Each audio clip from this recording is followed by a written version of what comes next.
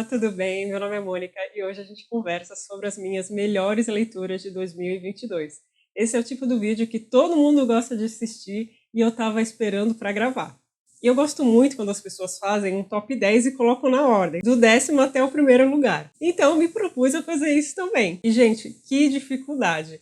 Então, assim, eu resolvi não me cobrar muito. O meu maior critério foi a minha experiência de leitura mesmo, que eu mais gostei de ler, que me deixou mais instigada durante a leitura. É claro que eu levei em conta também a narrativa, a escrita, mas para eu não ficar na dúvida, quer dizer, ou ficar menos na dúvida, eu decidi definir esse critério de experiência de leitura mesmo. E é claro que eu vou te convidar a se inscrever aqui no canal. Toda semana tem vídeo novo por aqui sobre leituras e também, claro, a curtir o vídeo. Bem, eu também devo avisar vocês que todos os livros que eu vou citar aqui têm vídeo no canal, com exceção de um, que foi o que eu li em dezembro. Para esse livro, eu ainda vou gravar um vídeo. E já já você vai descobrir de que livro trata. Vamos então para o 10º lugar, que eu deixei para John Steinbeck e o seu Ratos e Homens. Gente, esse livro aqui é curtinho, você vê, ó, é uma edição de bolso, tá? Super curtinho, mas esse livro é uma pancada. Sério, você se envolve muito na escrita, você sente muito pelos personagens. E o final do livro, nossa, você fica com aquilo assim por dias. É um livro triste, tá? Mas é uma história muito especial, porque ele vai retratar um período dos Estados Unidos, aquela fase da Grande Depressão dos anos 30. Então os personagens principais aqui são trabalhadores rurais, bem simples, e eles vão de fazenda em fazenda em busca de trabalho. A história vai se centrar na amizade de dois homens, sendo que um deles é totalmente dependente do outro, porque ele não tem um perfeito entendimento das coisas, sabe? Então, assim, ele é um homem grande, forte, mas com o entendimento de uma criança de 3 anos. Então, o John Steinbeck faz a gente mergulhar realmente na vida desses personagens, no modo como eles veem o mundo, nos sonhos que eles têm, que é tão distante da realidade deles. E tudo aqui é narrado de forma muito bonita, porque ele usa da linguagem, então a linguagem é mais simples, né? A gente percebe isso no diálogo. Esse livro é repleto de diálogos. Então, é uma leitura rápida, só que ao mesmo tempo muito profunda. Então, por todo o impacto que essa leitura causou em mim, ele tinha que estar nesse meu top 10. O 9º lugar eu reservei para O Médico e o Monstro, do escritor Robert Louis Stevenson. Essa história é super conhecida, eu li no Halloween e acreditem, eu não sabia da trama. Aqui é uma grande revelação, só que por ser uma história muito conhecida, que já teve várias adaptações para o cinema, eu acredito que a maioria das pessoas que lê esse livro já sabe o que vai encontrar aqui. E isso não aconteceu comigo, então a minha experiência acredito que ficou até muito melhor, porque foi tudo uma surpresa para mim. Eu amei ler esse livro também é super curtinho, uma história bem curta. Aqui essa edição é da Penguin Companhia, então a gente ainda vai ter textos de apoio. E ajuda muito, claro, no entendimento da história, no que o autor quis dizer e tal, mas independente disso, o texto só, ele se basta realmente, assim, é fantástico, é muito bem escrito. A gente vai conhecer um médico super bem conceituado, conhecido na cidade de Londres, e ele tem um amigo, vamos falar assim, que começa a gerar várias suspeitas, principalmente de um amigo seu que é advogado. E isso acontece porque ele faz um testamento deixando tudo para esse seu amigo, que é muito mal falado, com uma pessoa estranha, sabe? Só de olhar para ele, assim, ele causa repugnância. Então, esse livro traz um pouco de horror devido à sensação, os sentimentos dos personagens, e também tem um suspense, porque a gente quer saber o que vai acontecer, o que está por trás da história desse médico.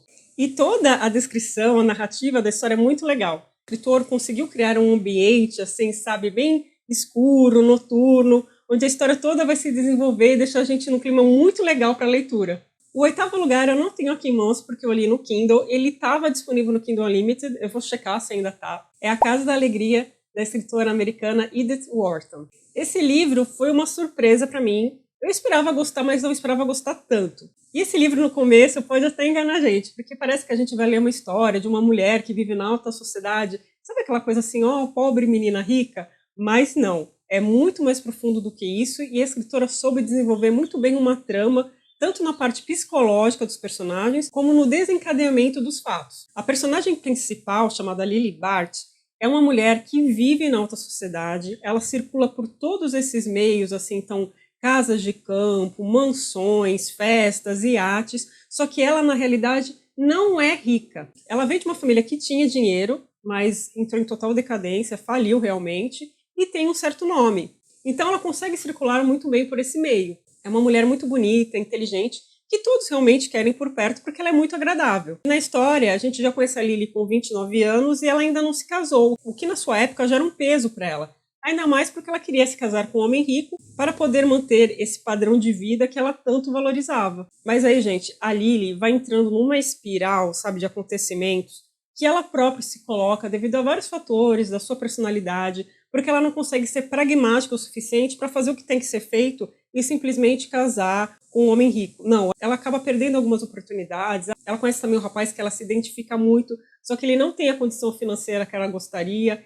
Enfim, é uma história intrincada, que tem personagens muito bem desenvolvidos e, assim, o final toca muito a gente. Eu não conheço uma pessoa que tenha lido esse livro e não tenha ficado super tocada com o final.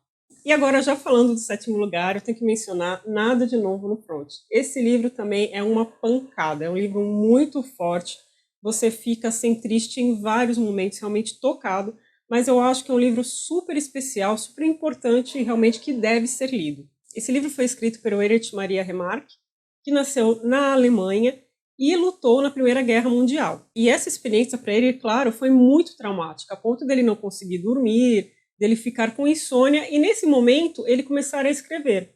Então foi baseado na sua própria experiência que ele escreveu esse livro aqui. Esse livro já começa na guerra, tá? Então, assim, os personagens são soldados que estão ali enfrentando realmente o fronte de batalha. Então ele vai tratar tanto do momento que eles estão em batalha, vivendo aqueles horrores, como também no momento que eles estão aguardando sem saber o que vai acontecer.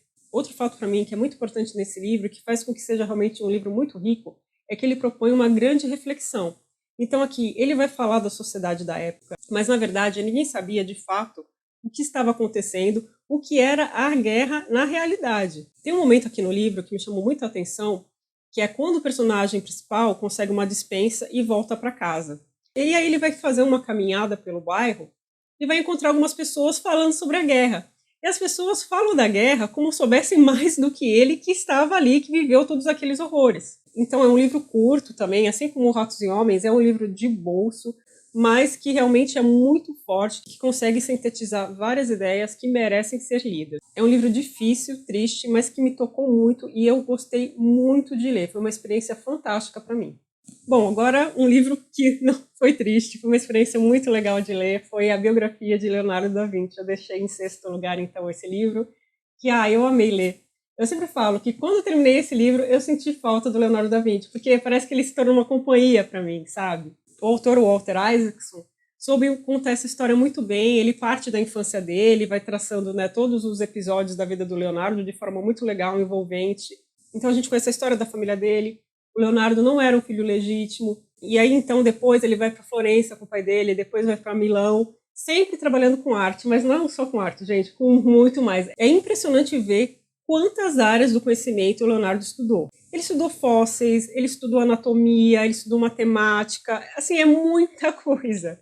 Então aqui tem várias imagens também dos cadernos dele, e é muito curioso porque ele anotava em todo o papel. Então numa mesma folha a gente pode ver algum esboço que ele estava fazendo, como uma lista de afazeres até um estudo de geometria. Aqui o autor também vai falar das suas principais obras, vai dizer o que estava acontecendo na vida do Leonardo, quando ele estava pintando, desenhando.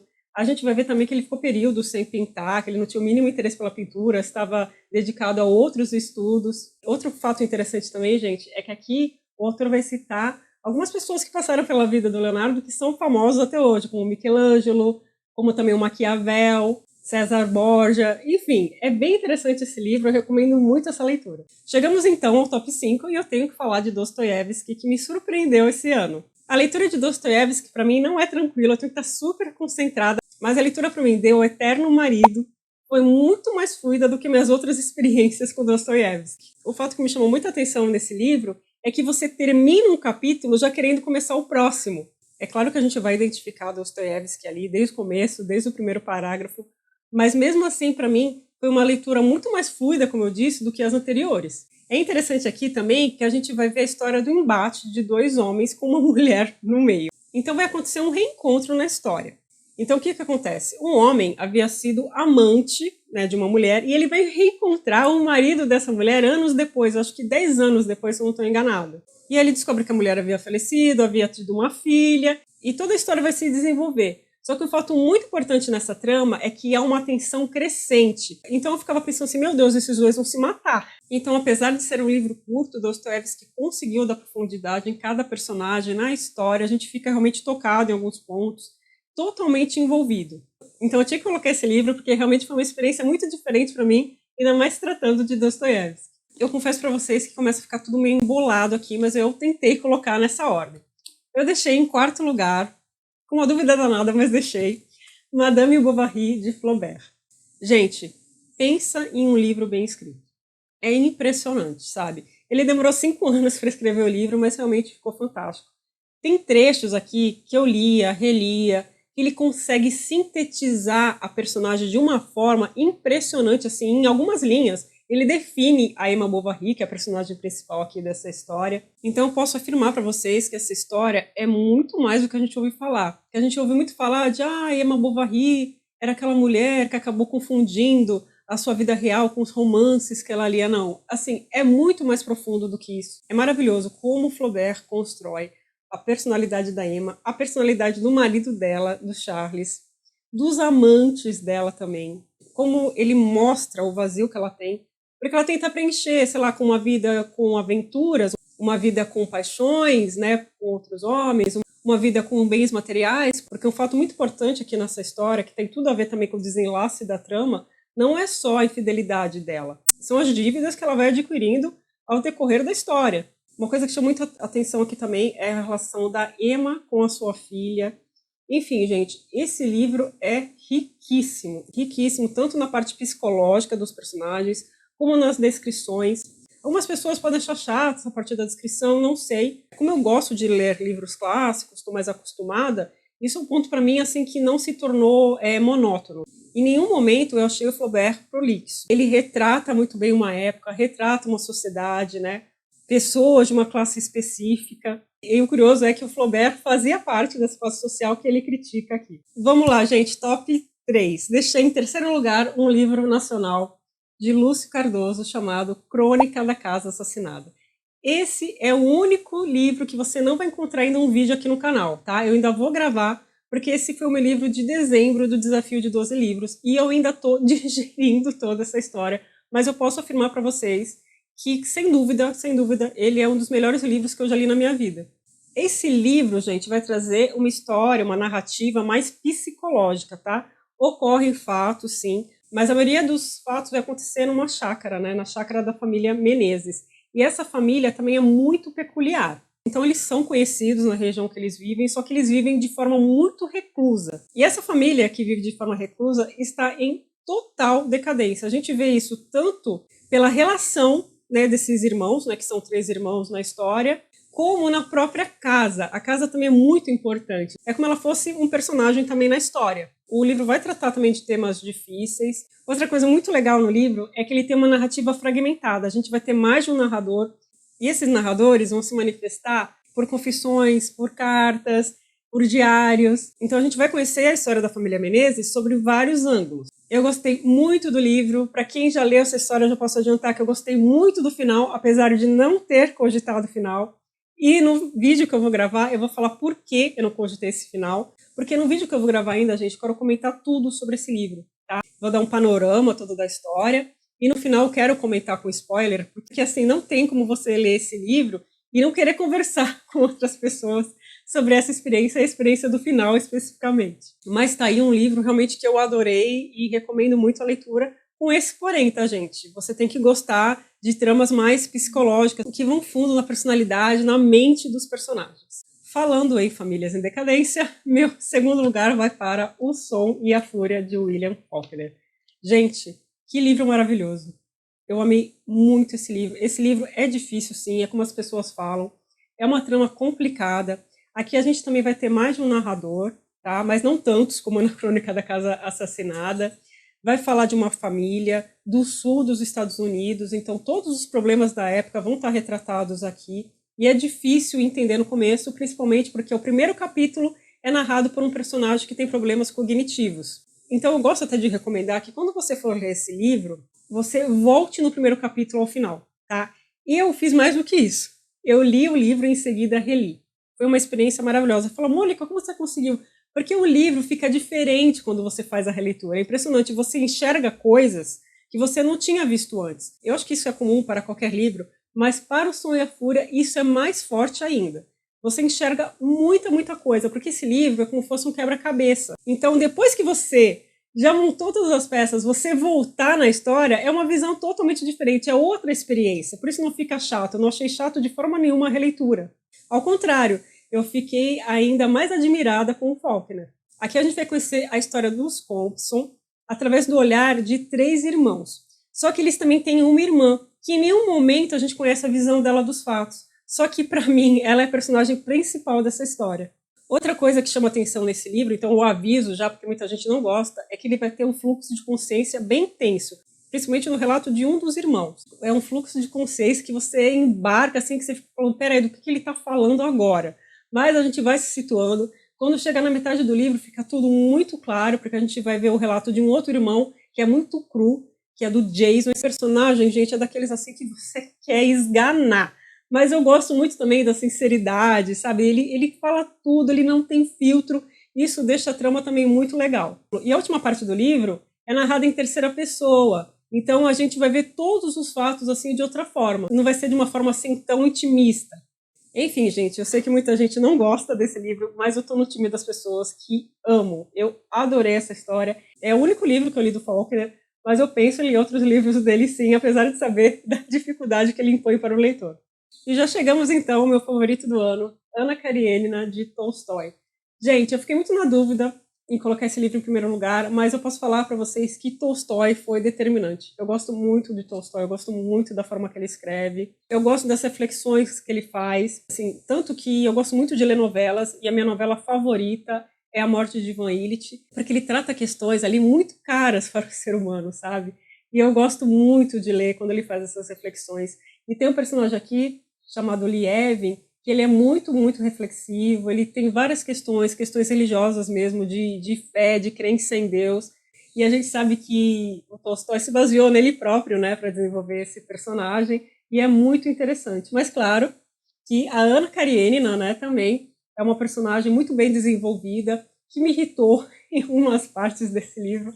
Eu sei que tem pessoas que gostam muito da Ana, mas eu, sinceramente, algumas partes do livro eu ficava assim, mas como você está fazendo isso? Por quê? Aqui a gente conhece a Ana já casada, já com um filhinho, e aí ela vai conhecer o Vronsky, que é um oficial, assim, sabe, super sedutor. Bem que assim, gente, vou falar, na descrição que o Tolstói faz dele, eu achei ele um porre, assim, sabe, aquela pessoa que se acha, tal. Mas enfim, a Ana achou ele maravilhoso, tal, e ele também ficou encantado por ela. E aí eles vão acabar tendo um caso, tal, e vai se desenvolver, né, toda a história do livro, e a gente vai ficar revezando entre a história da Ana e a história do Lievin, que eu já mencionei para vocês.